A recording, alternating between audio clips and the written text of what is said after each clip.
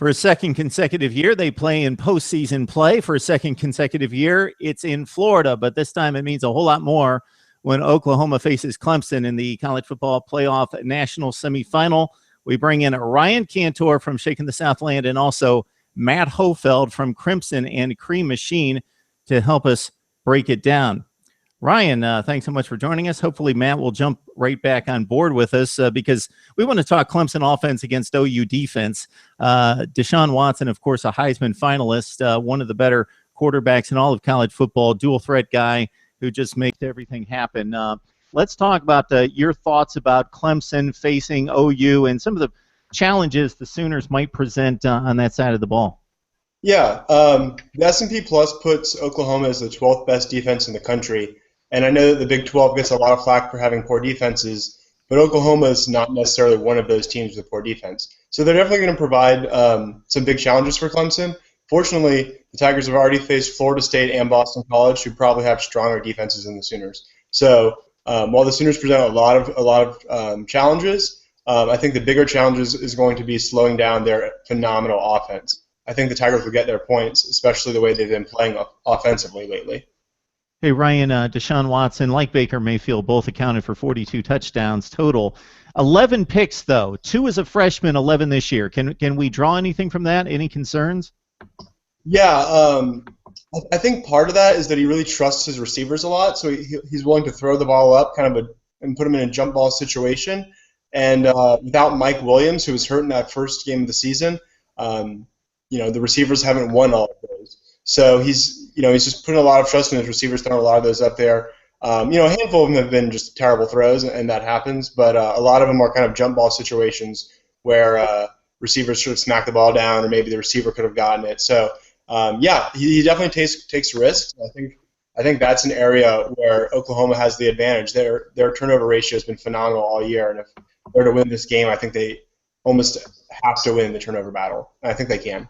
Hey, Matt, despite so many turnovers by the Oklahoma secondary, Zach Sanchez and Jordan Thomas in particular with 11 interceptions, many people see that as the weakness of the OU defense. Any concerns, major concerns in facing Deshaun Watson and a pretty elite receiving core? Oh, yeah, there's lots of concerns facing Deshaun Watson. I mean, he wasn't a Heisman finalist for nothing. He's a guy that can burn you with his legs. He can hurt you with his arms. He's a smart player, and so there's concerns there. Oklahoma's secondary was the key weakness all of last season, and that was exploited by Clemson in the Russell Athletic Bowl at the end of the season last year. So it's going to be interesting to see how almost the same personnel-wise. You've got Jordan Thomas, a full-time starter now, along with Zach Sanchez. Both of those guys are all-conference caliber players. It's going to be interesting to see how they match up, and really the key is going to be, in my opinion, containing Deshaun Watson, funneling everything in the middle, not letting him get outside, and using the big defensive end, Charles Tapper, and the pass rushing specialist, Eric Stryker, to keep him contained in the middle and force him into a read, into a throw. And honestly, it doesn't matter why your quarterback throws interceptions, whether it's because he's trying to force them or whether he's got too much trust in his receivers and he puts it up there. Oklahoma needs turnovers in this game. I agree with Ryan. I think the turnover battle is key here, and I think if you just look at the way the seasons have progressed, Clemson has not done as well of a job, for whatever reason, at taking care of the football as Oklahoma has. And if you're a Sooner fan, you hope that trend continues in this game on Thursday. Hey, Ryan, another trend we talked about before we hit the record button is Artavis Scott is the name guy for the Clemson offense with 84 catches, but under 10 yards per reception. Other guys getting the chunk yardage downfield in the absence of Mike Williams, like Deon Cain and Sharon Peake. Your thoughts about the ball distribution in this game? Yeah, so Mike Williams was Clemson's #1 wide receiver, and he got hurt in the Watford game. And so for the first, maybe not quite half, but almost first half of the season, Artavis Scott was easily Clemson's go-to wide receiver. And he got kind of banged up later in the season, and that's part of the reason that changed. But the bigger part, I think, is seeing guys, Sharon Peake, who's a fifth-year senior, and Deon Cain, who's a true freshman, really emerge. They both actually had more receiving yards than Scott down the stretch.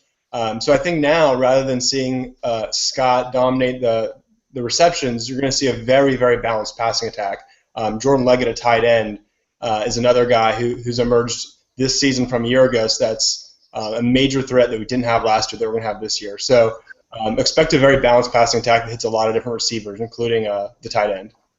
So the passing game and all the elite athletes on the outside get the attention for Clemson. Wayne Gallman, though, with 1,300 yards, 5.5 per carry, and 10 touchdowns, he was pretty exceptional. One of the more underappreciated backs in college football. Matt, rush defense for OU. You feeling pretty comfortable there? Yeah, Wayne Gallman, I think, is a key as well on this offense for Clemson. If he has a big game, I think it spells doom for Oklahoma. The Sooners did a decent job at stopping Clemson from running the ball last year in this game at the Russell Athletic Bowl. But the flip side of that, Clemson had a heyday throwing the ball with a backup quarterback. And so it's curious again. Curiosity arises, but I think this is something that you got to win the battle up front. If you can stop the running game. And again, make everything go through the air, make everything go through Deshaun Watson. You want him to either beat you or you want him to be the reason why you win. You don't want a guy like Gallman to beat you because if you know Deshaun Watson is going to get his yards. You know Deshaun Watson is going to get his plays. What you want to prevent is other guys getting those same type of highlight reel plays.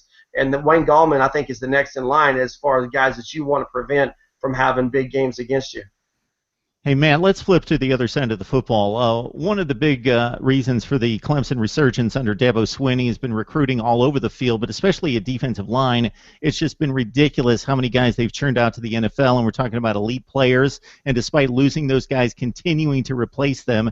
Baker Mayfield, a guy that runs around, eludes pass rushers. This is probably the most athletic front that OU is going to face this year. Your thoughts about that matchup?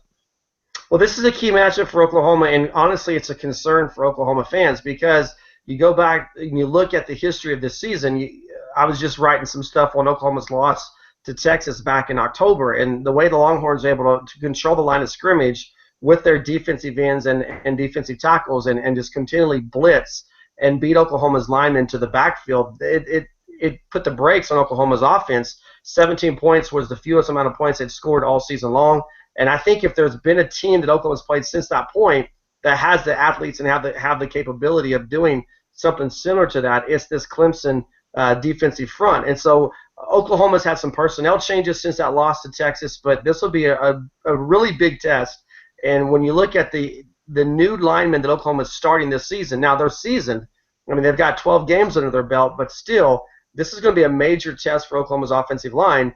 And again, I think if going into this game, this is most likely the biggest concern. I know for the fan base, but potentially for the coaching staff, I think they're talking about this matchup quite a bit. So what kind of surprises me, Ryan, with all that talent and Mackenzie Alexander there in the back seven, that Clemson at times gave up some big point totals. Specifically, I think the North Carolina total may be a bit marred, but against North Carolina State and Jacoby Brissett. And the thing that Oklahoma is going to bring that Clemson hasn't seen, they saw Dalvin Cook, but they're going to see kind of two Dalvin Cooks in Samaje Perine especially, and also Joe Mixon. So that Clemson run defense is going to have to hold up. Yeah, and I agree that matchup, the Clemson D-line versus the Clemson O-line, is going to be really huge. Clemson needs to win that battle. They have the advantage there, and I think they can win that battle. If they could stop up the run, especially the A-gap, the run up the gut, they have a huge advantage. I think Oklahoma is a phenomenal rushing offense, and I'm not so sure that Clemson could slow them down that much. But if they do, I don't think Baker Mayfield could win this game single-handedly through the air. I think it's critical that Oklahoma establishes a running game, and I think you'll see both teams work to establish the run early. Sterling Shepard, kind of the wild card, not in regards to a typical wild card. We don't know what we're going to get, but we don't know where he's going to be. So the thought, Ryan, there about trying to defend this kid who might be, you face some really good wide receivers there at North Carolina and Will Fuller at Notre Dame, but Sterling Shepard presents all sorts of problems.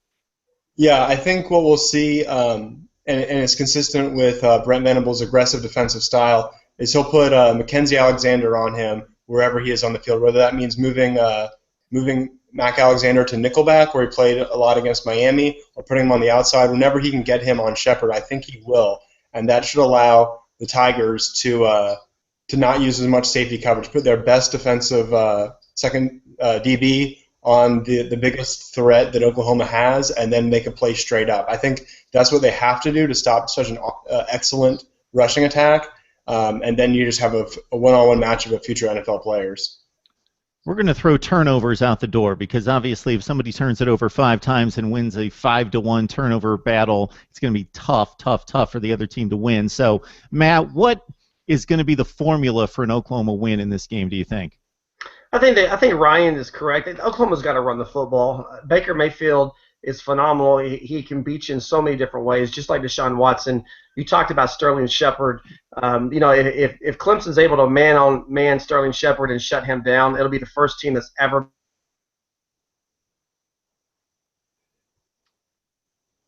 So, Ryan, we'll wait for Matt here if he doesn't come back. Any thoughts from the Clemson camp in regards to being an underdog in this game as the #1 team in the country?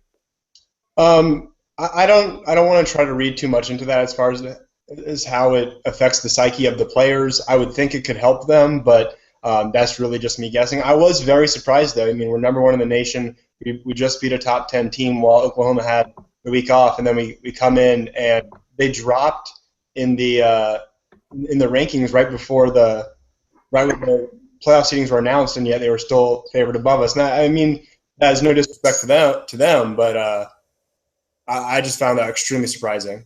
Yeah, it was a bit surprising considering that Clemson's undefeated. Oklahoma has shown that they can lose, and also Clemson having defeated a major, one of the better teams in the country outside of the conference, and Oklahoma not having proven that.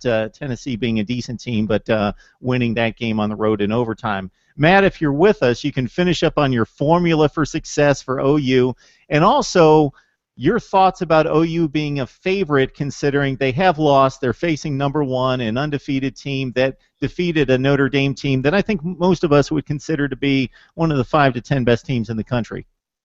Yeah, you guys can hear me now, okay? Oh, yeah. All right, sorry about that. We got a major ice storm going on, so my apologies. It's all good. Yeah, let's start back with what I was saying. I think you have to run the football. I think you have to. That's the key to success. Whether they do it with Baker Mayfield, there'll be a little bit of that. Whether they do it with Samaje Perine and Joe Mixon as a mixture, I think you'll probably see some jet sweeps as well. I think Oklahoma is going to make running the football a priority and make Brent Venables make some adjustments to try to soften up the secondary for this passing game. I was saying about Sterling Shepard, I'm not for sure that you can stop him one-on-one. It hasn't happened yet. If Oklahoma chooses to go that way, you're going to have to roll someone over top of him, which frees up Mark Andrews from the tight end position and frees up Deron Neal or D.D. Westbrook for one-on-one.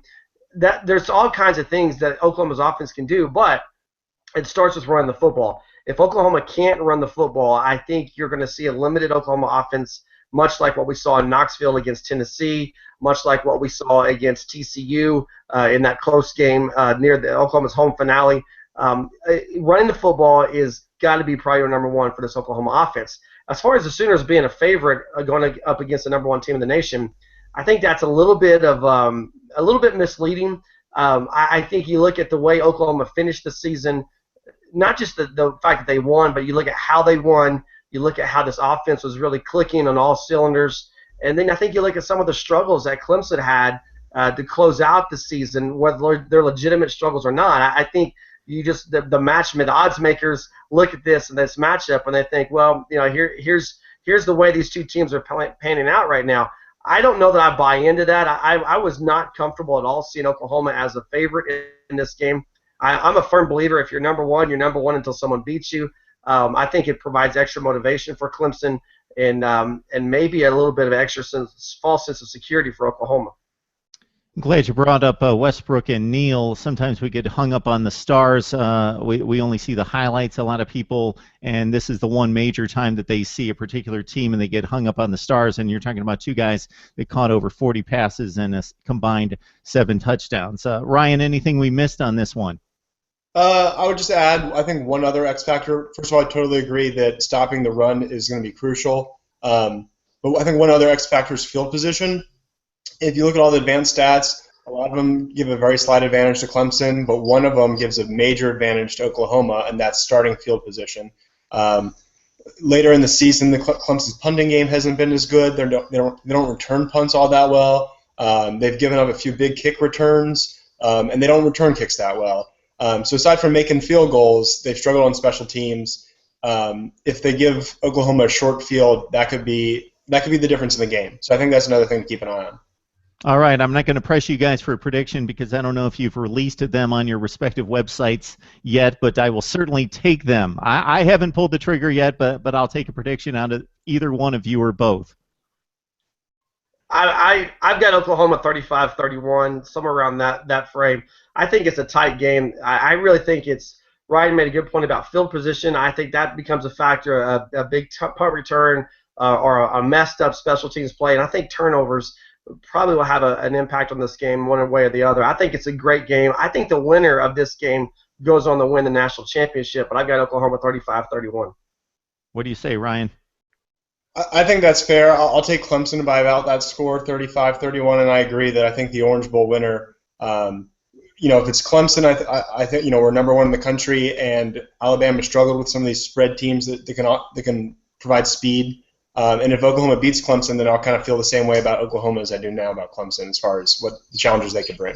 And two more names we didn't mention before we leave, Shaq Lawson, and Matt knows I love Eric Stryker, so those guys coming off the backside for a strip sack could be huge as well, those guys wreaking havoc in the backfield. It should be a fun one, Clemson-Oklahoma national semifinal. Matt Hofeld from Crimson and Cream Machine and also Ryan Kantor from Shakin' the Southland. Yes, I'm looking forward to this one, guys. Thanks for joining. Thank you. Thanks, guys. Happy New Year.